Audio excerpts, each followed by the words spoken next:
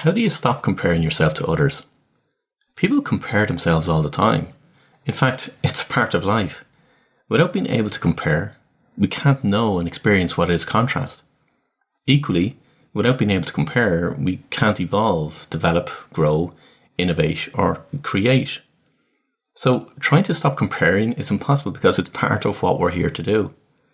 However, when we compare ourselves to others and we end up harming ourselves, then that's when we should take a look at how we can minimize comparing ourselves to others.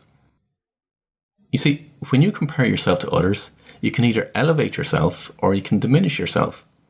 And when you diminish yourself, then you're lowering your confidence and your self-worth. You can become more anxious, more negative, even depressed. And you can end up spending a lot of wasted time ruminating on the results of negative comparative thinking. But as I said, comparative thinking is a natural part of every human being.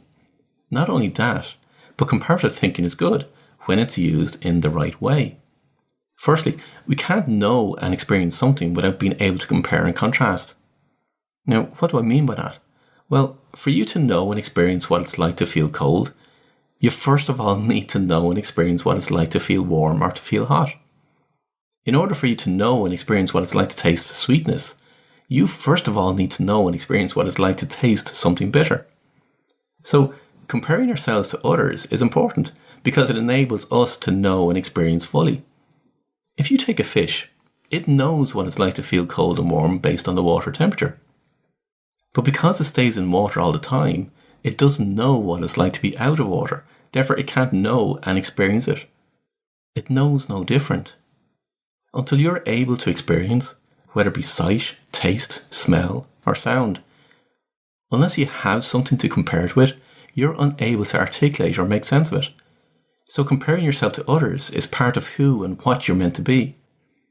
And because of that, you're able to evolve, to develop, to grow, to innovate, and to create. Take the aviation industry. We're able to compare the performance of any aircraft because of the very fact that we have something to compare it against. Look at what Howard Hughes did for aviation. And if you're not familiar with who Howard Hughes is, you'll probably remember the film The Aviator that starred Leonardo DiCaprio. Now, Howard Hughes was a pioneer when it came to aviation, and he became a record-setting pilot because he was able to compare the speed and the capacity of his aircraft to other aircraft. If we didn't compare ourselves to others, we wouldn't innovate, develop, and grow. And if you don't believe me, take Roger Bannister, who ran the mile in under 4 minutes. Before then, people believed it wasn't humanly possible to run a mile in less than 4 minutes. But soon after Bannister accomplished the record, more and more people were able to do it. What's the difference? They believed it could be done, only because they saw the evidence. Roger Bannister already believed it was possible before he even achieved it. Just as much as everyone disbelieved Howard Hughes until such time as they saw it happening. But Howard Hughes already believed it was possible in his own mind before he had even achieved it. We need to compare ourselves to others. Without it, we can't strive to be better. When you compare yourself to others, you have the option to either put yourself down and diminish yourself, or you can take it from the standpoint of evidence of what's possible. So what do I mean by that? Well, when you're comparing yourself to someone else, and you say in your mind that that person is much better than you, or they're more successful than you in some way, you can either fill your mind with negative chatter that diminishes you, or you can fill your mind with seeing the evidence of what's actually possible for you to achieve. If you take growing up in America as a black person a few decades ago, many black people believed it was impossible for a black person in America to reach a position of power. That was until Barack Obama became the 44th president. When Barack was elected president, the benchmark was now set to a much higher level. Just as much as when Roger Bannister ran the mile in under 4 minutes, the benchmark was now set to a new higher level. Just as much as when you compare yourself to someone else and feel that they're more successful than you, or that they're more wealthy than you, well, now you can either beat yourself up about it, or you can take it as being the benchmark for a higher level of success that becomes possible to achieve. It's your choice. In every single moment of every day, you have a choice. You create your own reality. So what do you want to choose? But now, let's go a little bit deeper. There will be times when you will compare yourself to others and you'll see something that you admire in them, and your response can be to feel bad about yourself and become more anxious, negative, or depressed about yourself. You'll start a pattern of negative self-talk that goes along the lines of, I wish I was more like them, I wish I could do what they do, I wish for whatever it is that you see in them. The reason being is because you're seeing traits within them that you're not seeing within yourself. And as a result, you're putting yourself down. You're lowering your self-worth. And secondly, you're seeing these as being positive traits, hence the reason you're admiring them.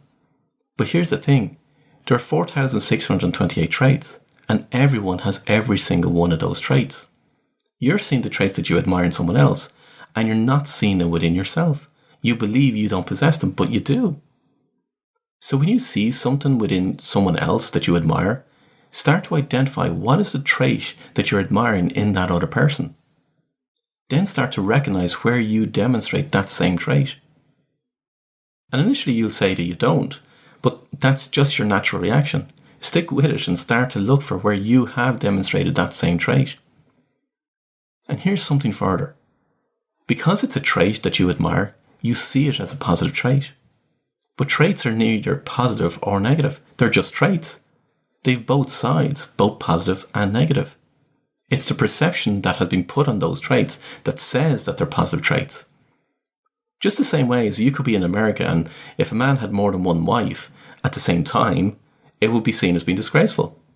Whereas you could be in Africa, where if a man had many wives, he is seen as exemplary.